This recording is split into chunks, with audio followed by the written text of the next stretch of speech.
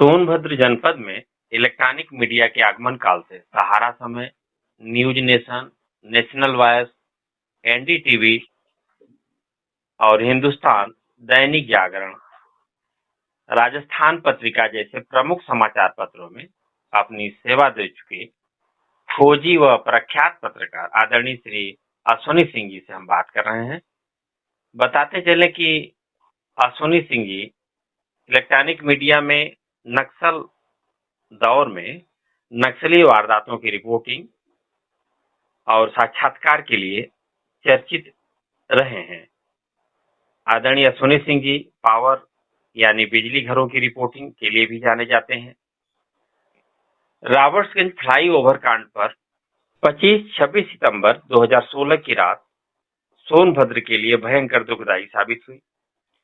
Robertsganj flyover पर पकड़ी के युवा दीपू सिंह, बहुरा की युवा रोहित सिंह और अज्ञात युवती की जली विभत्स लाश मिली थी। अस्वाभाविक 4 मौतों को प्रशासन उसे महज दुर्घटना कहकर चुप्पी साध लेता रहा, पर पीड़ित परिवारों ने 4 साल पहले ही उसे हत्या करार दिया था और आज भी अकाट्य विविध सवाल उठा रहे हैं। 4 आत्माएं 4 वर्ष से न्याय मांग रही हैं, जिसमें वह युवती या लड़की भी है जिसका कोई पता ही नहीं चला आखिर वह कौन थी। इस दर्दनाक घटना के संदर्भ में हम खोजी पत्रकार आदरणीय श्री अश्वनी सिंह जी से बात कर रहे हैं। आदरणीय श्री अश्वनी सिंह जी हमारे दर्शकों को घटना के बारे में बताएं। अश्वनी जी।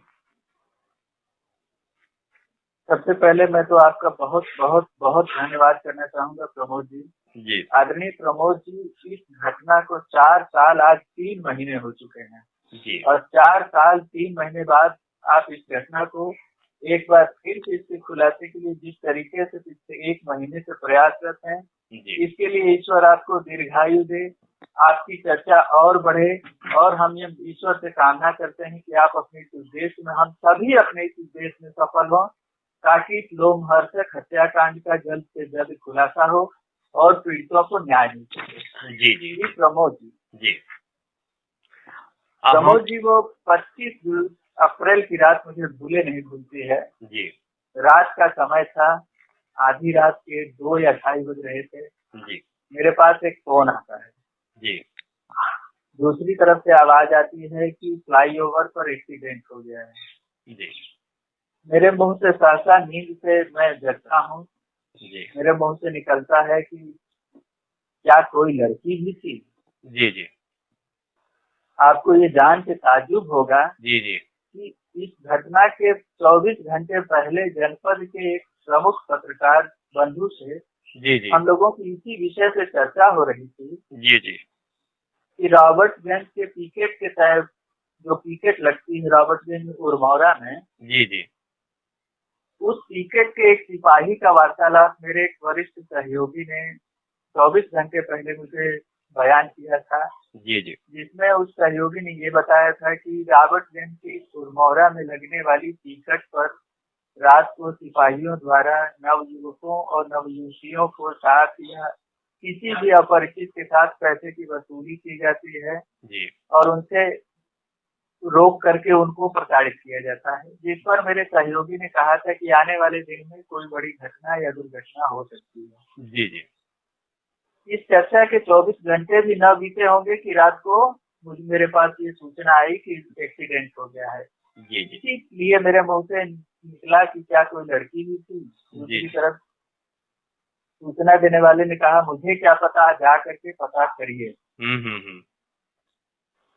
2 दशक के करियर में कभी भी कोई सूचना मिली हो जी तो आदमी दौड़ पड़ता था कि क्या हो गया, घटना स्थल पर पहुंचे। लेकिन रात काफी हो गई थी जी, तो मैंने सोचा चलो एक्सीडेंट होगा, बाद में देख लेते हैं, लेकिन मन नहीं माना। जी मन नहीं माना। कुछ देर बाद घर से निकला जी और सीधा फ्लाईओवर पे गया। जी प्रमोद जी, आपको जान करके आश्चर्य होगा और ताजुब होगा। जी जी मेरे फ्लाईओवर पे पहुंचने से कोतवाल इब्रार अहमद ने मुझसे यही पूछा, जी अरे आप यहाँ कैसे? जी आपको किसने सूचना दी? जी जी। पत्रकारिता के धर्म के अनुसार मैंने बताया, सूचना मिली इसलिए चला आया। तो वो अपनी मोबाइल से मुझे वीडियो और फोटो दिखाने लगे कि यही एक्सीडेंट हो गया। जी जी। अभी फायर ब्रिगेड को पहुंचवा करके जी जी। बॉडी हॉस्पिटल पहुंचाया हूँ, जी देखिए यही एक्सीडेंट है। जी जी। लड़के थे जब जल के मर गए। हम्म। मैंने कहा मौके पे ही मर गए? उन्होंने कहा हाँ मौके पे ही। अच्छा, आपको किसने सूचना दी? हमने कहा साहब हमारे भी आपकी तरह शुभचिंतक हुआ करते हैं। खैर उनसे कुछ देर की वार्ता हुई, क्योंकि वहाँ धूप अंधेरा था, न तो तस्वीरें ली जा सकती थी, न तो वहाँ पे मौका मुआयना किया जा सकता था। इसलिए वहाँ से हॉस्पिटल की ओर चल पड़ा।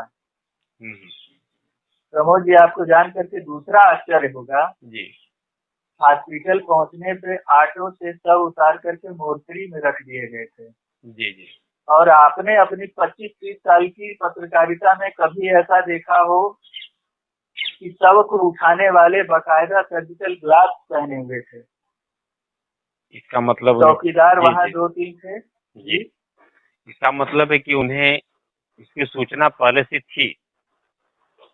सर्जिकल ग्लव्स पहनना पेशेवर लोगों का काम होता है। जी जी। पुलिस के पास इतने संसाधन नहीं होते कि वो शवों को उठाते समय सर्जिकल ग्लव्स पहने। हाँ वो तो पत्रकार वो तो अब कोरोना के काल में अब मुहैया कराया जा रहा है। 2020 में मुहैया करेगा। 2020 में 4 साल पहले उसकी कहीं कोई चर्चा न होती थी, न कभी देखा गया कि पुलिस वाले हाथ में ग्लव्स। हाँ जी जी जी, बताएं आगे। जी, मौके पे मौजूद जली हुई मोटरसाइकिल के पास भी आपको ग्लव्स आज फोटोग्राफ में अभी भी देखे जा सकते हैं, स्पष्ट देखे जा सकते हैं। जी जी। जो इस बात की पूरी तरीके से संदिग्धता प्रतीत होती है कि वहां पे सर्जिकल ग्लव्स पुलिस के द्वारा कैसे पहुंचा दिए गए। ये एक महज दुर्घटना नहीं है, अभी तो सबूतों की शुरुआत हुई है। जब मैंने सिपाहियों और चौकीदारों को ग्लव्स उतार कर फेंकते हुए देखा तो शमशेर नाम के एक सिपाही से मैंने कहा कि चारों मर गए? तो उन्होंने कहा नहीं, एक जीवित है। तो चूंकि 24 घंटे पहले एक सहयोगी से जो चर्चा हमारी हो रही थी, जी जी, मेरा सेंस ऑफ ह्यूमर यही कह रहा था कि मौज मस्ती के दौरान ये दुर्घटना हो गई होगी। इसलिए मेरा मन मस्तिष्क इस बात पे नहीं गया था कि क्या हुआ है, लेकिन सर्जिकल ग्लव्स ने एक संदेह पैदा किया। जी।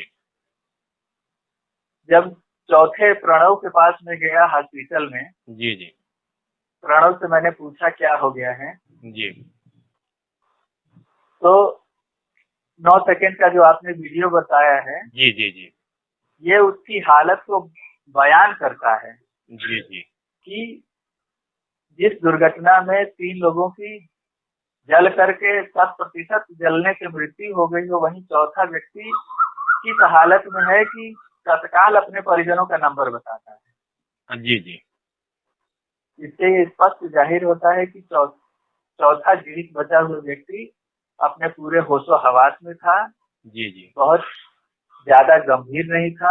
अगर गंभीरता की बात करें तो 10 या 5% उसे चोट लगी रही होगी जो उसके चेहरे पर थी। जी, उससे ज्यादा उसे चोट नहीं लगी थी। 2-3 दिन के प्राथमिक उपचार के बाद वो व्यक्ति ठीक हो जाता। जी जी, मैंने उससे परिजनों का नंबर लिया, परिजनों को मैंने नंबर लगाया। रात के 3-3:15 बज रहे होंगे। जी जी, परिजनों से मेरी थोड़ी बहुत बात हुई। जी जी, मैंने उनसे पूछा, वो कुछ बता नहीं पाए क्योंकि आधी रात से ज्यादा का समय था। जी जी, ज्यादा बात नहीं हुई, मैंने फोन रख दिया।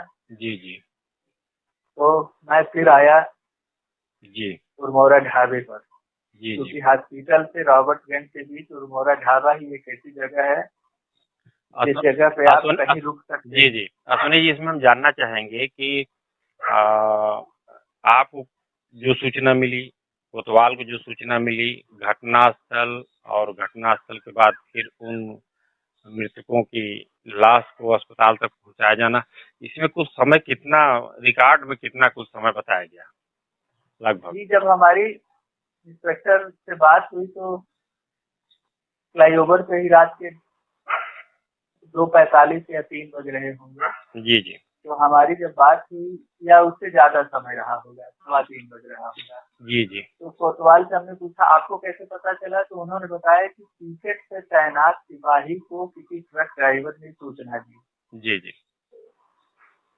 मतलब चोपन से बनारस से चोपन जाने वाले ट्रक ड्राइवर ने पुरमौरा स्थित पिकेट ड्राइवर को, सिपाही को ये सूचना दी कि फ्लाईओवर पे जी जी एक्सीडेंट हो गया है, आग जल रही है।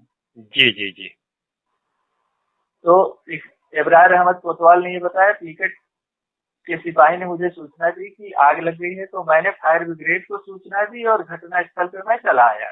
जी जी तो समय का अनुमान लगाते हुए हमें 2:20 का समय उन्होंने बताया। इसमें राजस्थान पत्रिका की जो एक अखबार की कटिंग हमारे पास है, इसमें 2:27 जो सूचना की बात लिखी है कि मंगलवार की भोर में 2:27 पर उन्हें सूचना मिली। जी और युवकों को भर्ती कराने के अस्पताल का रिकॉर्ड 3:15। तो 2:27 और 3:15 के बीच में क्या इतनी सारी चीजें हो सकती हैं, या किस तरह से उसको आप देखते हैं? जी, वही आश्चर्य उसी बात का होता है। जी हमने, आपने, या हर किसी जी जी हिंदू धर्म के अनुयायी ने किसी न किसी की अंत्येष्टि में भाग लिया होगा। जी जी जी एक स्वस्थ व्यक्ति को अंतिम अंत्येष्टि करने में कुंटल 2 कुंटल लकड़ी, जी ज्वलनशील पदार्थ, घी, तेल लगते हैं। जी जी तब जाकर के एक व्यक्ति की बॉडी 3 घंटे, 4 घंटे, 5 घंटे में जलती है। जी जी और 2:27 पे, जैसा कि कोतवाल एबरार अहमद ने बताया था, जी जी घटना उसके पहले 5-10 मिनट पहले हुई होगी। फ्लाईओवर सारी रात चला करता है। निश्चित निश्चित। ऐसा नहीं है कि घटना 12 बजे से लाश जलती रही 2:27 पे, किसी ने बताया 2-4 मिनट पहले आग लगी होगी। जी किसी ट्रक वाले ने आकर के उरमौरा बताया होगा।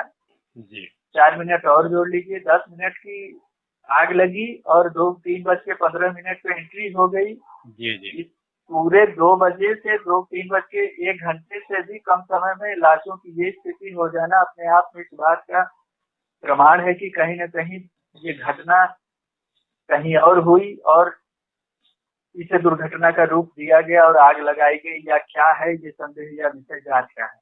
जी जी जी जी निश्चित तौर पर। तस्वीरों में भी हमने देखा कि जो लाशें रखी हुई हैं, तस्वीरों से दिख रहा है कुछ लोगों की हथेली नहीं जली है, जी, जबकि पूरा शरीर जल गया है। जबकि आमतौर पर जब आग लगती है तो कोई भी व्यक्ति अपने को बुझाने के लिए हाथों का इस्तेमाल करता ही है अनिवार्य रूप से। हाथ में एक प्रणव, दीपू के हाथ में अभी एक, पूरे हाथ में, बायां हाथ है या दाहिना, शर्ट का टुकड़ा अभी तक फोटो में, तस्वीर में आप देखेंगे कि बचे हुए हैं। अच्छा, वो दीपू की तस्वीर है? वो दीपू की तस्वीर है। जी जी जी हाँ, फिर और जी बताएं आगे। शवों को देखिए, दीपू के सर पे या बाईं तरफ जो शर्ट बची है, वहीं पे एक बड़ा सा लगभग 8-9 इंच के कटे का निशान है। जी जी जी सिर पर। जी सिर पर। जी जी। और जो लड़की बताई जा रही है, जी जी, वो अब आप एक मुश्किल जी, अब आप आए ढाबा पे, आप उसके बाद पहुंचे, उसके बाद बताएं जी। तो हॉस्पिटल से रॉबर्टगंज के बीच में उरमौरा का ढाबा ही एक ऐसा स्थान है जहाँ पे आप रुक सकते हैं, चाय पानी पी सकते हैं, क्योंकि इतना विभत्स दुर्घटना थी। और मौके के बाद तो वहाँ पे पानी पीने के लिए या वहाँ पे भीड़ रहती है, क्योंकि फ्लाईओवर पे घटना थी तो ढाबे पे भीड़ थी। जी जी। तो ढाबे पे मैं रुका।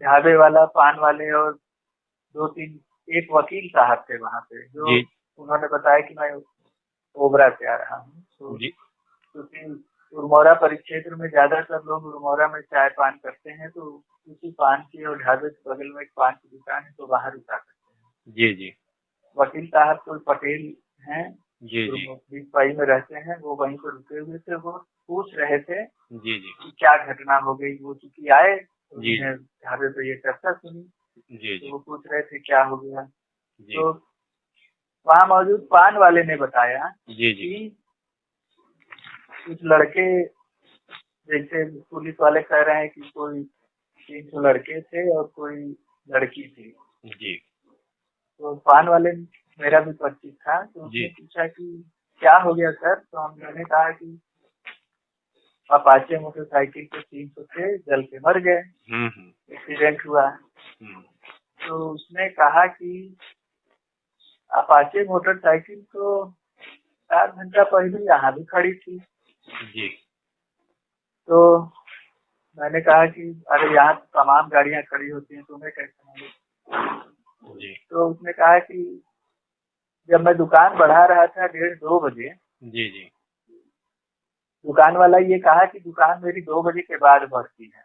जी जी इस बात को ध्यान दीजिएगा। हाँ, उसका रूटीन होगा रोज का अक्सर। हाँ, जी जी और ये पान वाला इसलिए भी महत्वपूर्ण है जी कि पुलिस ने अपनी दुर्घटना की तस्दीक उस पान वाले से ही की है।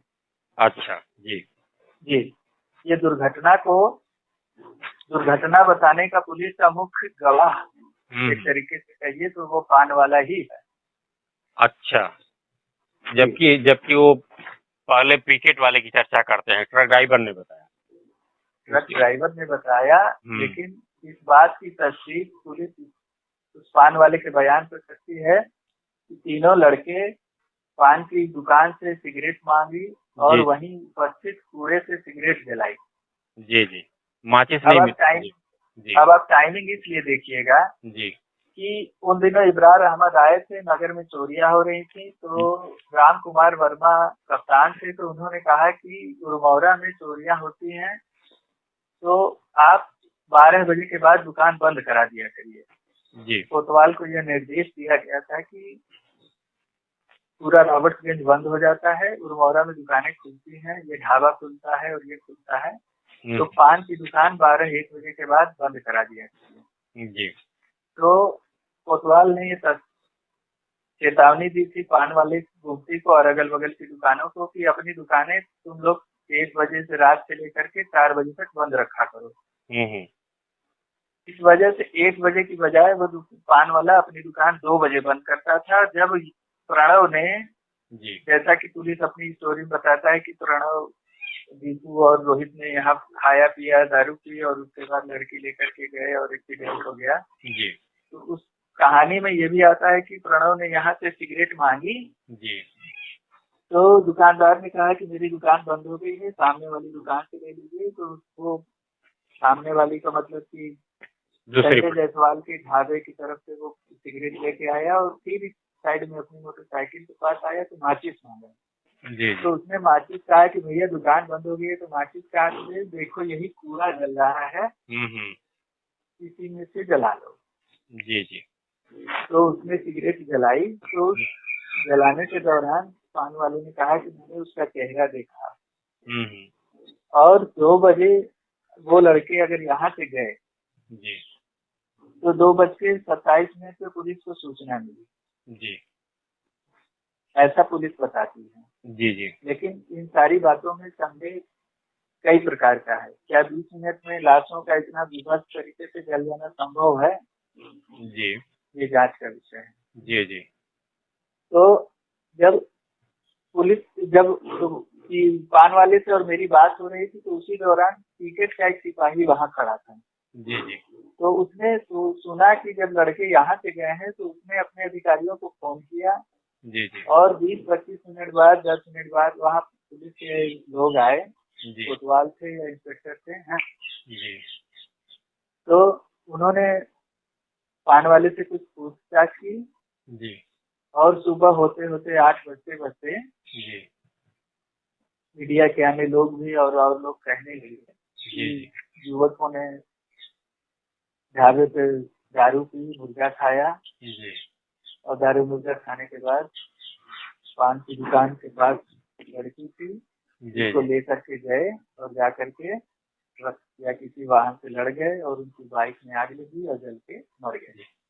एक बात और आती है इसमें, जो बताया जाता है कि इतने ही रुपए में उन तीनों ने वहां पर खाना खाया। जी। तो क्या वो संभव है, जो धनराशि बताई जाती है कि उतने में 3 लोग खाना खा सकें? क्या हो सकता है उसमें? ये बात आई वहाँ के ढाबा संचालक जीतू जायसवाल ने बताया कि हाँ, लड़कों ने 200 रुपए में 3 लड़कों ने यहाँ खाना खाया। जी। अब प्रमोद जी, आप ये खुद अंदाजा लगाइए कि 2016 में क्या 200 रुपए में 3 युवक खाना खा सकते हैं? तो मैंने पूछा क्या खाया, क्या मुर्गा खाए, रोटी खाए? अब इतना हमें याद नहीं। हाँ लेकिन ये सब इतनी सामग्री तो हमें नहीं लगता कि संभव है जी, क्योंकि सारी चीज क्योंकि उस दिन जब ये बात हुई, जब ये पुलिस ने बताया कि लड़कों ने ढाबे पे दारू पिया, मुर्गा खाया, तो मैंने ढाबा संचालक से पूछा कि क्या उन सबों ने आपके यहाँ खाना खाया था? तो उन्होंने कहा हाँ खाया था। तो हमसे कितने में? तो उन्होंने कहा कि 200 रुपए में। और उस समय 2016 में 160 रुपए प्लेट का मुर्गा था। जी। अब सवाल ये उठता है कि क्या 3 युवक 200 रुपए में 3 युवक दारू मुर्गा खा सकते हैं, खाना खा सकते हैं? जी। एक संदेह इस बात से भी होता है। जी। और कहीं न कहीं पुलिस का दबाव रहा। जी। आपको जान करके आश्चर्य होगा कि इस घटना के बाद जब पान वाला पुलिस का मुख्य सूचना देने वाला व्यक्ति बन गया कि जी। उस पान वाले ने ये तस्दीक की कि ये लड़के यहीं से गए थे। जी। तो इस घटना के 2-3 दिन 4 दिन बाद उस पान वाले को अज्ञात लोगों द्वारा धमकी भी दी गई, अज्ञात लोगों द्वारा जी, कि ज्यादा कुछ बताओगे तो तुम्हारा भी यही हाल होगा। अच्छा, उस पान वाले को? जी। इस दौरान जब पान वाले से जब बात होने लगी तो हमने कहा कि ये लड़की वाली बात कहाँ से आई? तो पान वाले ने बताया कि लड़की यहीं पे थी, किसी बस से उतरी थी जी, और उसने पूछा कि गोवा की तरफ बस कब जाएगी? तेलगुआ की तरफ? तो जी। तो उसने कहा कि बस आती रहती है, बैठी रहो, यहीं पे बस आएगी, चली जाएगी, तो तुम यहीं बैठी रहो। तो वो वहीं बैठी थी। तो एक छोटा सा प्लास्टिक का जो झोला होता है, जिसे आमतौर पे गांव के लोग इस्तेमाल करते हैं, सफेद रंग का जो प्लास्टिक का झोला होता है, मजबूत वाला, वही झोला लिया था लड़की ने और उसी झोले को लेकर के बैठी थी। लेकिन आज तक ये पुलिस भी नहीं बता सकी कि वो लड़की कौन थी, या उसके लड़की के किसी भी लड़की के तो सर्जन नहीं आ सके। आज तक ये रहस्य रह गया कि वो लड़की थी कौन।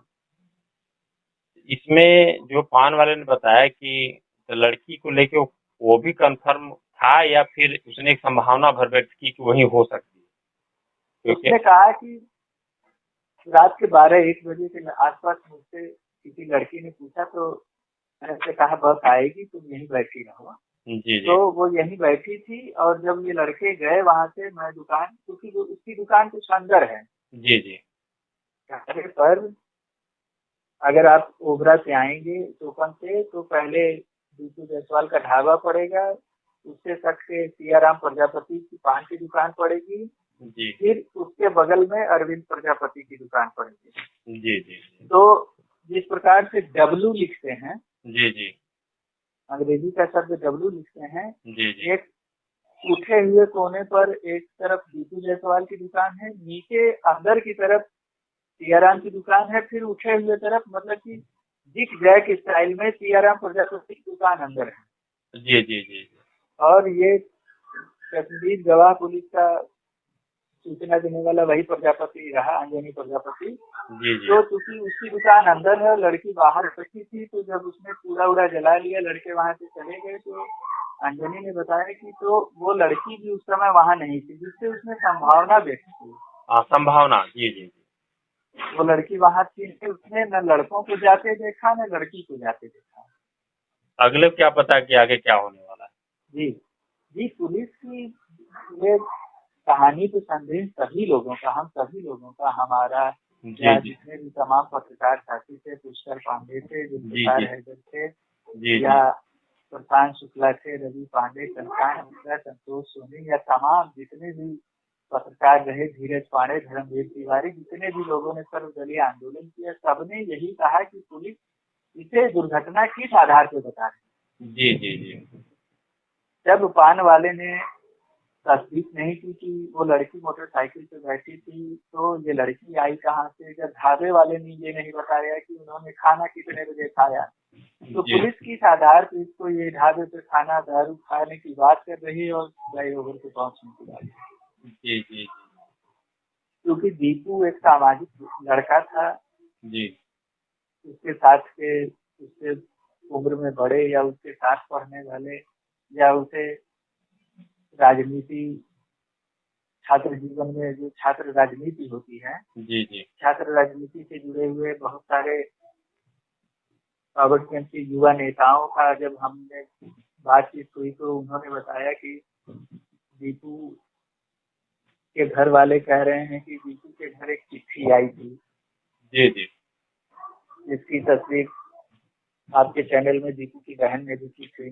जी जी हाँ जी शुरू में 25-26 तारीख के बाद एक लड़की की इलाहाबाद से फोन आया कि वो लड़की ने दीपू को मित्री थी, तो उसने दीपू घटना के बारे में जब सुना तो उसने कहा कि हाँ, मेरे पास रात में फोन आया था जिसमें उसने कहा कि बचाओ बचाओ, मारो मारो, आवाजें आई। उसके बाद दीपू का फोन नहीं लग रहा था। जी जी तो उन सब बातों के आधार पर सभी लोगों ने इस बात का विरोध जताया जी जी कि जब वो लड़की कह रही है कि मेरे पास 12 बजे मारो मारो की फोन की आवाज आ रही थी, जी जी तो पुलिस वहां पे लड़कों का 2 बजे उपस्थित होना किस आधार पर बता रही है। जी जी और एक जो महत्वपूर्ण बात आ रही है उस पर कि दीपू का मोबाइल तो मिला नहीं। फिर जी दीपू के मोबाइल पर जैसे बता रहे हैं कि बात हुई, कहीं से मारो मारो की आवाज आई, तो उन सारे नंबरों पे कहाँ कहाँ से कॉल आई, क्या क्या किससे चर्चा हुई, इन सब चीजों को भी तो सार्वजनिक किया जाना चाहिए था। जी जी, वही ये संदेह इस पूरे हत्याकांड में पुलिस की भूमिका पर जो संदेह इन्हीं सारी बातों को लेकर के हुआ, और जब पान वाले को अज्ञात लोगों द्वारा धमकी दी गई, तो उस पान वाले ने हमसे कहा कि देखिए धमकी दी जा रही है और मैंने तो मदद की थी पुलिस की, उसके बावजूद मुझे लोग धमकी दे रहे हैं। तो मैं उस लड़के को लेकर के खुद कप्तान के यहाँ गया था, रामकुमार वर्मा के यहाँ। जी जी अब मेरे साथ हम ही लोग भी गए थे, जिसमें रामकुमार वर्मा ने लड़के को आश्वासन और सुरक्षा देने की बात कही। जी तो आपको आश्चर्य होगा कि रामकुमार वर्मा ने उस समय कहा कि अरे भैया, तुम्हें धमकी मिल रही है, चलो ठीक है, मुझे भी धमकी मिल रही है। इसको उन्होंने गंभीरता से कहा था, अखबारों में भी ये चीज आई थी। अखबार में ये चीज आई हुई है। जी जी कप्तान ने इसे मीडिया के सामने बयान दिया था जी कि जी फ्लाईओवर हत्याकांड में पुलिस अधीक्षक को धमकी दी गई। ये तो काफी गंभीर मामला है। ये अब पुलिस की कार्यप्रणाली को इन्हीं सारी बातों को लेकर के संदेह होता है कि जब पुलिस अधीक्षक ने मीडिया के सामने आधिकारिक बयान दिया कि पान वाले को धमकी मिलना कौन सी बड़ी बात है, जब मुझे धमकी दी जा रही है कि कप्तान साहब आप इस फ्लाईओवर हत्याकांड की ज्यादा जांच मत कराइए। बावजूद उसके जी जी उस समय की सरकार ने या पुलिस प्रशासन ने इस घटना को बहुत ही सतही तौर पे लिया, जिसका नतीजा ये है कि आज तक इस घटना का खुलासा नहीं हुआ। अच्छा, जो धमकी कप्तान को देने की बात आ रही है, तो क्या उसमें पता लगा? क्योंकि कप्तान को धमकी मिलने की बात है कि पुलिस का पहला काम होता था कि उसको पता करके पब्लिक के सामने लाते, आखिरकार वो कौन था। आश्चर्य इसी बात का है, प्रमोद जी, दुख है, और उस समय की सरकार की कार्यप्रणाली का ये दुख है कि जी जी उन्हीं दिनों गायत्री प्रजापति जो खनन के मंत्री हुआ करते थे और अपने जिले में जो अवैध खनन हुआ करता था उन्हीं की सरपरस्ती में होता था। जी क्योंकि एक तरफ अवैध खनन का मामला गर्म था, दूसरी तरफ फ्लाईओवर हो गया था, जी जी तो कानून व्यवस्था इतनी चरमरा गई थी कि हम लोगों ने या मीडिया या गैर विपक्ष के लोगों ने जो भी प्रयास किया उसका कोई नतीजा न निकल सका।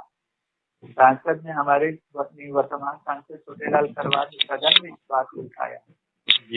लोकसभा में देश की सबसे बड़ी सदन लोकसभा में एक प्रश्नकाल में सवाल को उठाया कि मेरे जिले में एक साथ 400 लोगों की जल करके हत्या हो जाती है, मौत हो जाती है रास्ते में, जिसका खुलासा किया जाए। लेकिन राज्य सरकार ने कभी खुलासे की घटना के लिए कोई कदम नहीं उठाया। इस बात से कहीं न कहीं हम लोगों को पीड़ा भी थी और इस बात का कहीं न कहीं एक अनजाना भय भी था। जैसा प्रणव के परिजन बाद में प्रणव की भी 8वें-9वें दिन मौत हो गई तो हम लोगों को एक बहुत बड़ा झटका लगा कि एक मामूली से घायल नौजवान युवक की इतने मामूली चोटों में मौत हो गई और पुलिस का प्रशासन कुछ न कर सका। सारे विपक्षी दल कुछ न कर सके। पुलिस कप्तान कह रहे हैं कि हमें धमकी दी जा रही है। तो एक पूरा अंधकार दिखने लगा और प्रणव के परिजन भी लापता हो।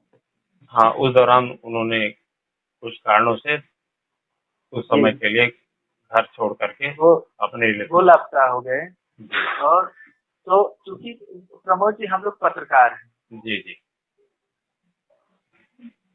ना हम तो आरोप लगा सकते हैं, ना तो न्याय दे सकते हैं।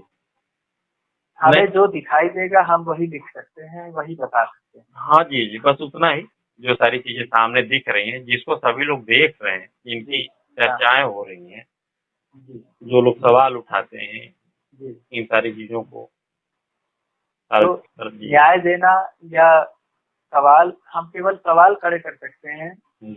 उन आवाजों को आगे बढ़ा सकते हैं जो आवाज कहीं से उठ रही है। हाँ, पब्लिक से जो आवाज आती है। हम केवल उन आवाजों को जनता, किसी एक व्यक्ति, 2 व्यक्ति समूह की आवाज को पूरी दुनिया के सामने ला सकते हैं। इससे ज्यादा पत्रकार कुछ नहीं कर सकता। हाँ, जब प्रणव के परिजन गायब हो गए, कप्तान का कुछ दिनों बाद रवैया ढीला हो गया, पुलिस का रवैया ढीला हो गया, जनप्रतिनिधियों का रवैया ढीला हो गया। जो इस आंदोलन को लोगों ने कैंडल मार्च निकाला था, पैदल मार्च निकाला था फ्लाईओवर से, और तमाम बुद्धिजीवियों का निराशा बुद्धिजीवियों में फैलने लगी। कहीं सुनवाई नहीं हो रही है, कोई आवाज उठनी बंद हो गई। तो प्रमोद जी हम लोगों के पास कुछ बचा नहीं था। तो बार बार लिखते रहने से और बाद में पुलिस से ये आश्वासन मिल रहा है कि जांच हो रही है। एक बात और आती है इसमें, जितने लोगों से हमारी चर्चा हुई उनमें से अधिकांश या सभी लोगों ने इस बात को कहा कि जो लोग जांच में आते रहे, चाहे वो क्राइम ब्रांच के रहे हों, चाहे CID के लोग रहे हों, वो लोग प्रारंभ में इसको दुर्घटना नहीं मानते थे। जो हमसे लोगों ने बताया, चाहे वो प्रेस के लोग हों, चाहे परिजन हो, उन लोगों से जब बात हुई तो वो लोग खुद कहते थे कि नहीं, ये दुर्घटना नहीं। परंतु ये कहने के बाद भी उन लोगों ने अपनी रिपोर्ट में क्या लिखा, क्या नहीं लिखा, वो अभी तक सार्वजनिक नहीं हो सका। ये तो काफी आश्चर्य की बात है कि जो जांच में करने आए और कहे दुर्घटना नहीं कुछ और है, परंतु बाद में उस संदर्भ में कोई कार्रवाई नहीं। और इस संदर्भ में हम और चीज जानना चाहेंगे कि ये 2016 की घटना है, 2020 चल रहा है और जिले का मुख्यालय है राबर्टसगंज, सोनभद्र।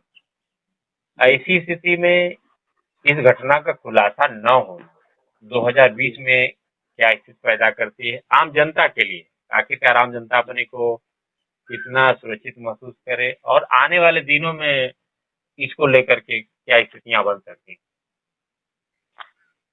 प्रमोद जी, आपको भी 3 दशकों का पत्रकारिता का अनुभव है। जिले में आपने कस्बे से लेकर के जिले तक की पत्रकारिता को बखूबी अंजाम दिया है। हम लोगों ने साथ काम किया है। और इस जिले में तमाम नहीं तो जिले के इतिहास, पत्रकारिता के इतिहास में कुछ एक घटनाएं हम लोगों ने साथ अंजाम दी हैं। हाँ जी। प्रमोद जी, आपको क्या नहीं लगता कि जनपद के सृजन के जी 34 साल में, आज जनपद के सृजन हुए 31 साल हो गया, जी जी जनपद के सृजन के 31 साल में फ्लाईओवर की छोड़िए, जनपद के सृजन के 31 साल में किसी भी क्राइम की घटना का अगर खुलासा हुआ हो, जी जी आपकी याददाश्त अगर आपकी स्मृति बताती हो तो आप उसका उल्लेख करें।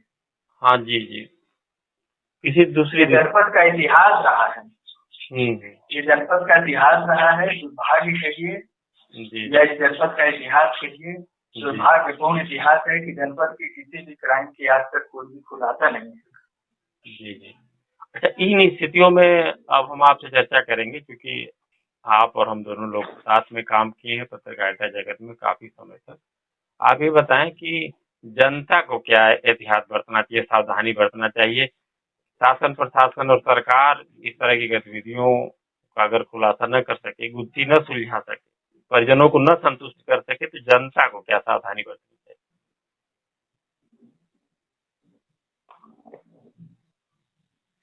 प्रमोद जी, जनता को ये सावधानी बरतनी चाहिए।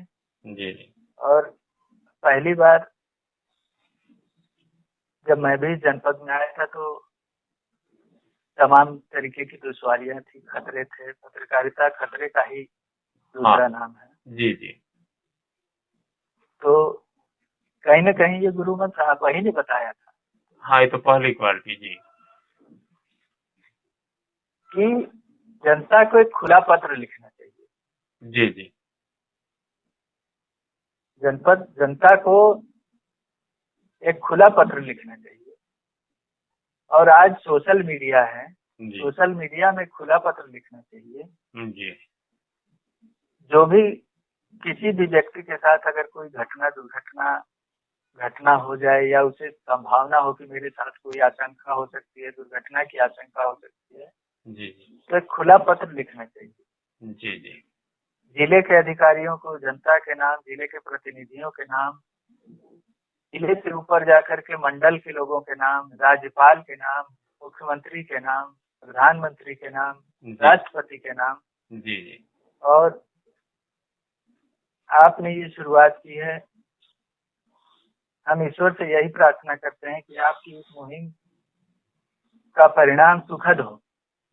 हाँ, लक्ष्य यह है कि अपना सोनभद्र जनपद शांत रहे और इसमें किसी के साथ भी, चाहे वो जो कोई भी हो, उसके साथ किसी भी तरह की कोई अप्रिय घटना न हो। उद्देश्य हमारा और आपका यही है। जी, हम यही कामना करेंगे जी जी कि इस फ्लाईओवर हत्याकांड का परिणाम सुखद हो, दोषियों को न्याय, पीड़ितों को जी पीड़ितों को न्याय मिले, दोषियों को सजा मिले।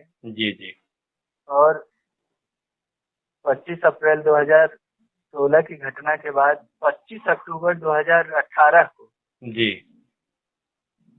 जनपद के लोकप्रिय चेयरमैन इम्तियाज अहमद की भी हत्या हो गई। जी जी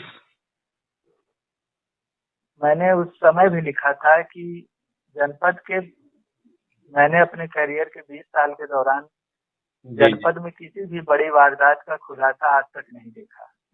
जी जी और चेयरमैन हत्याकांड के परिजन, मृतक चेयरमैन के परिजन आज भी कहते हैं कि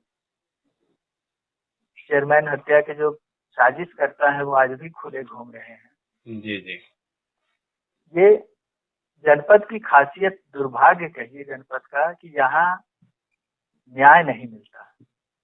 ये काफी गंभीर सवाल है। इस जनपद में प्रशासनिक न्याय या जो न्याय अदालतों में या जो न्याय पुलिस के द्वारा मिलना चाहिए, वो न्याय नहीं मिलता। यहाँ ईश्वरीय न्याय मिलता है न्याय ईश्वर के द्वारा प्रदत्त न्याय मिलता है। जी जी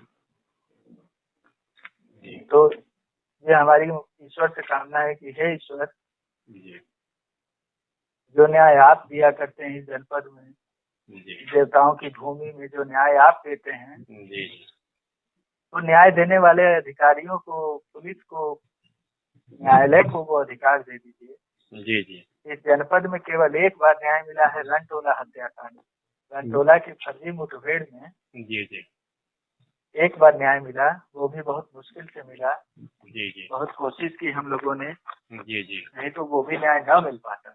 जी जी जी तो ईश्वर से यही कामना है कि जो न्याय ईश्वर आप खुद दिया करते हैं वो जमीन पे उन्हें अधिकारियों, पुलिस अधिकारियों को न्यायालय से मिल जाए करे, ताकि पीड़ितों को ये संतोष हो सके कि हाँ जी जी न्याय मिल सकता है। जी जी ठीक है आदरणीय अश्विनी जी, और इसी के साथ इस बात को यहीं पूर्ण करते हैं। फिर अन्य विषयों पर आपसे चर्चा होगी। तब तक के लिए आपको धन्यवाद। जी जी, आपको भी धन्यवाद, बहुत बहुत साधुवाद आपको।